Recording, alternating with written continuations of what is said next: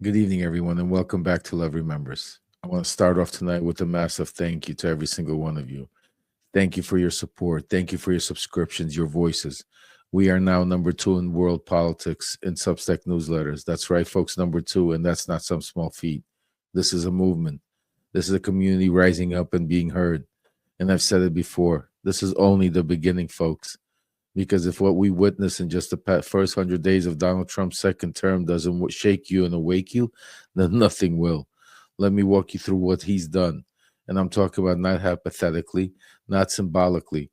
I'm talking about what he's actually done.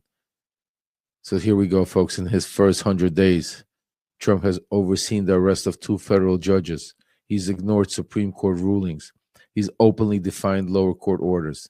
He has signed executive actions aimed at silencing critics, including specific orders going after people like Chris Krebs and Miles Taylor, both of whom were public servants who just simply were trying to protect our democracy, folks.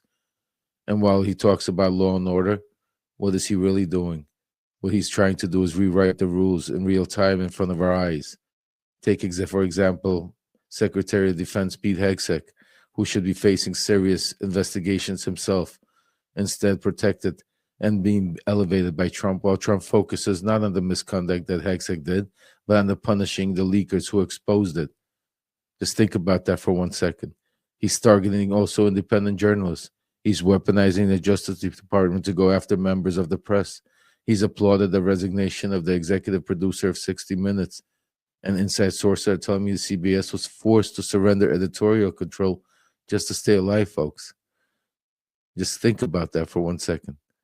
He's called the media the enemy of the people again, and now he's trying to make it law. Now, on the immigration front, what we've seen is heartbreaking. We've seen toddlers ripped from their parents and deported. We've seen stories like Carrillo Abreu Garcia, someone picked up off the streets, ordered, returned by the judge, and still forcibly removed. Trump has made it clear he answers to no court. He answers to nobody. Just think about that. Not even the Supreme Court or our Constitution. Then there's the economy.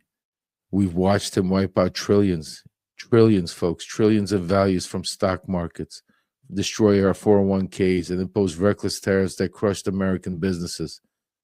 He's called April 2nd Liberation Day. That's right. Liberation. Liberation from what? All we got was inflation. All we got retaliation from China, layers from Stellantis, and a global economic slowdown. Really? And then you want to talk about foreign policy? Now that's a serious disaster. He's alienated Canada. He's insulted our NATO allies. He's practically handed Russia a roadmap. And my sources keep telling me about Steve Witkoff. I mean, that real estate guy that turned Middle East envoy. He's negotiating minerals and land deals with Putin. Not peace. This is business. The so-called mineral deal in Ukraine is a real estate transaction dressed up as diplomacy. And now you have Putin's fake ceasefire that was just to help Trump save face and for Putin to have his victory day optics, not to actually stop the war. So let's be real, folks. This isn't about leadership. This is about dictatorship.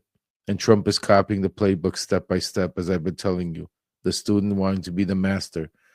Destroy the courts, destroy the economy, silence the media, and make people believe only he could fix it.